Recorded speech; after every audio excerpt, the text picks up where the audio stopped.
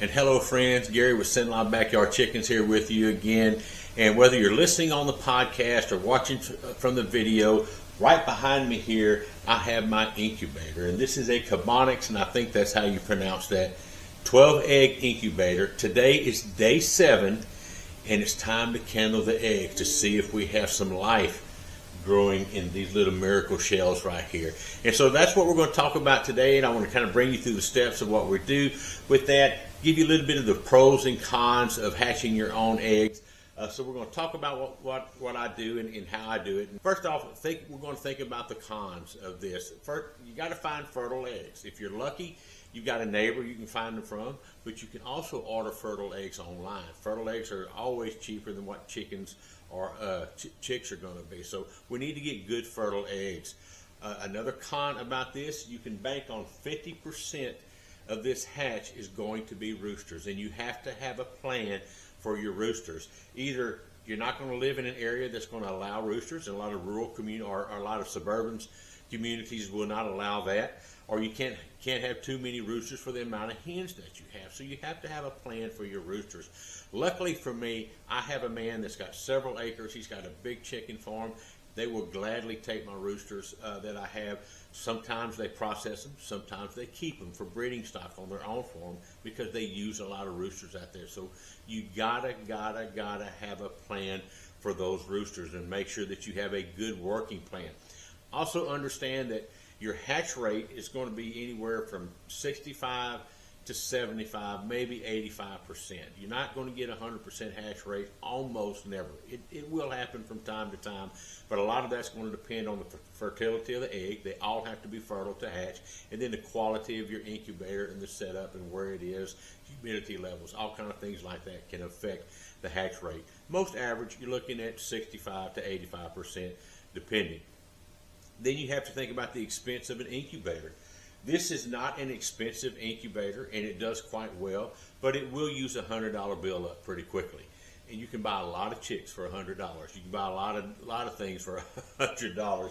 So you need to think about doing that, and you can spend up to thousands depending on what you want to do with an incubator. So that's an expense that you have to think about. And another thing is the time that's required.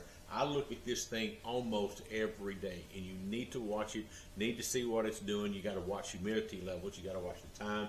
This one actually will rotate the eggs because a hen will naturally move her eggs around several days a week. And the reason that happens is we don't want the growing embryo, the young chick in here that's growing, to stick to the side of the egg. And if it just lays in one spot, it's going to end up sticking there, and that causes deformities, it causes death, it causes issues when it comes time to hatch.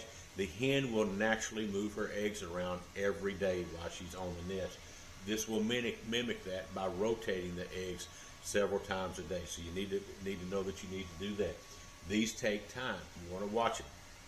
But to me, the pros always outweigh the cons when it comes to something like this.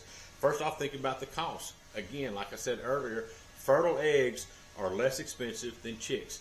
If I bought just a bunch of heritage breed chicks, and I'm looking at them online or something, buy them from one of the stores online, average $4 to $5 a chick, sometimes $6 a chick. And if you don't buy a big amount of chicks, now you're going to look at a shipping fee. Shipping fees are quite often $50.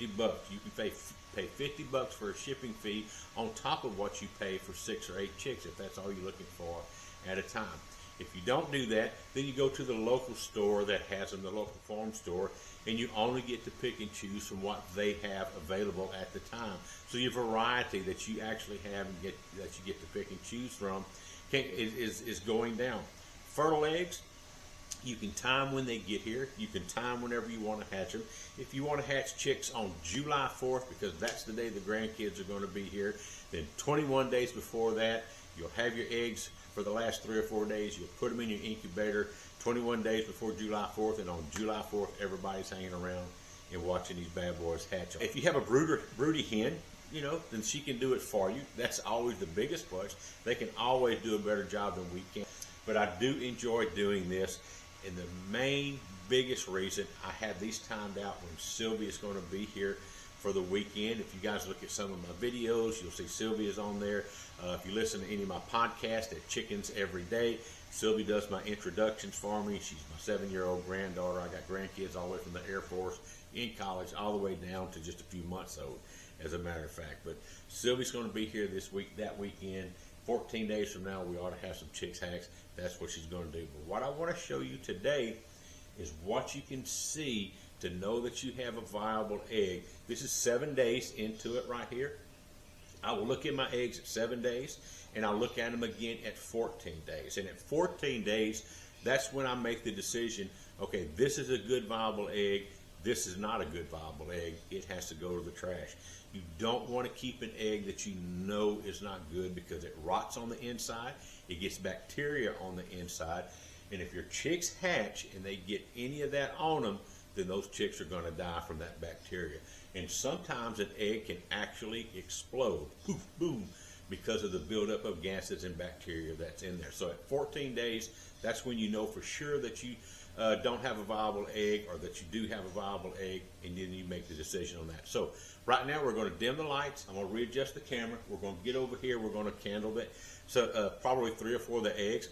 Candling, if you don't know, is the process of shining a very bright light into an egg and looking what's in there. What you want to see in there is you want to see the mass where the heart is coming together, and you might even see it moving around. You want to see nerves and blood vessels going off to the sides. We know we have life. We have a viable egg working in it, and it's just so cool the first time you realize what you're doing. So let's dim everything. This is the candler that I have for this Carbonics incubator. It has its own very bright light that you can see right there. That's how we're going to candle. Now, we're not going to remove the heat from it for very long.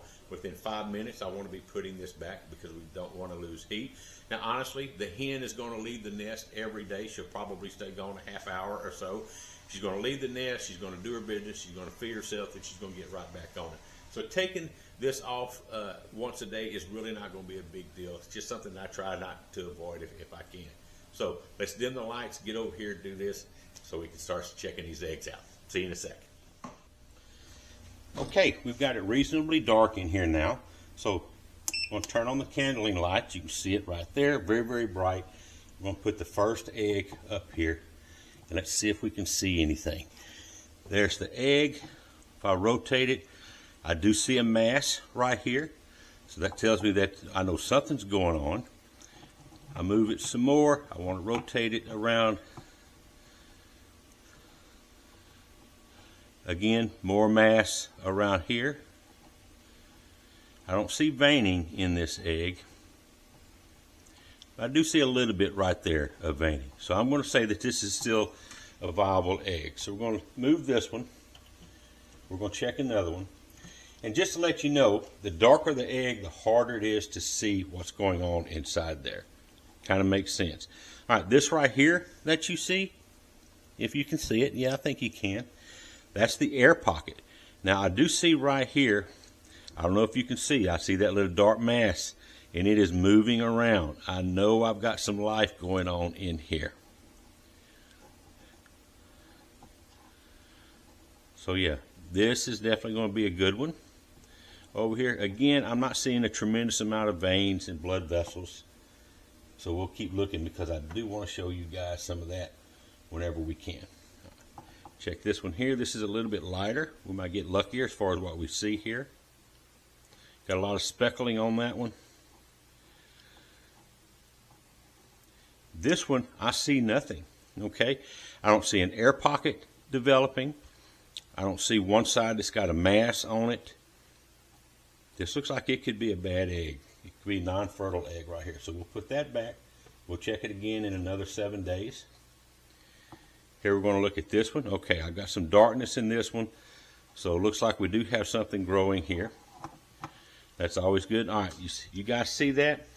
You see the difference? I have something growing there. You can see the light on the bottom, the darker up top. See if we can find some veins. Let me flip this egg over, see if it shows any more. Nope. All right, we're going to keep looking because I do want y'all to see what some good veins look like. Now here's a lighter colored egg right here. This may show something a lot easier for us. Okay, you can see. Nope. don't see much. Now I do see the difference, so I know I've got some growth in here, but again, I'm wanting to show y'all what these veins look like. I think it's important that you know how cool that looks and what you want to see. All right, this egg right here looks like it may cooperate with us. Now I don't know if you can see it on the camera, but I see my mass right here, and I see veins going out. And this right here is just a mark that I put on the eggs themselves. Okay, rotating this egg. Yeah, looks to me like this is going to be another good viable egg. I like that. Very nice. You can see all the differences where that young chick is growing. There's another light color one, but again, okay, look at this right here. Can you see that? This is all full of veins, blood vessels, all throughout right there. That's the air pocket that I see. Let's flip it over, see if we can see any of that any easier. Yeah, you can still see a little bit. And then again, I mark my eggs right here. While I watch them in the incubator, I'm seeing how well they rotate. And that's why I put a mark on them. It's usually just a number that I'll put. Okay, let's check another one. Oh, this is going to be a nice viable egg. I hope you can see it on the, I hope y'all see what I'm looking at. And I'm going to put some pictures up here. Oh, look at right here. Look how beautiful those blood vessels are. And if you look like here, you see that mass? That heart beating? You can even see movement that's going on right there. Oh, that is just gorgeous. Let's see if we can lay it to the side if we see any more detail. Oh, that looks lovely. Yep. Beautiful veins and blood vessels flowing through there. We're going to rotate it one more time. Oh yeah, definitely see that. It is just lovely. Okay. This other one's pretty dark. I don't know if we'll be able to see inside it or not. Maybe a little bit. Oh, come back light. Oh, look at there. You see the movement? You see that moving? I hope you do. That is life that you see. I see blood vessels going. And I see that movement in there. Look at that. Isn't that amazing? Okay. We're going to take that off right there. Let's get the lights back going and put this thing back where it should be. Again, I don't want to leave them out more than just a few minutes at a time. And we're going to put the top back on. And the heat has gotten down to about 98 degrees, and it needs to be 99.5. Hope you enjoy seeing this, and it's very interesting, and I love bringing it to you just to know that I played a hand in helping for these lives to come together, these young little chicks. It's just such a cool, neat thing to do. I know you'll find it that way too. Just make sure if you decide to do this, it is a wonderful, fun, blast, amazing thing to do, but make sure you have a plan for the roosters, because you're going to get about 50% roosters. Not all your chicks are going to make it. Not all your eggs are going to hatch. Know these things up front. Be ready for them when that 21 days shows up, and you're going to love doing this as much as I do too. I'll see you guys soon. Bye-bye.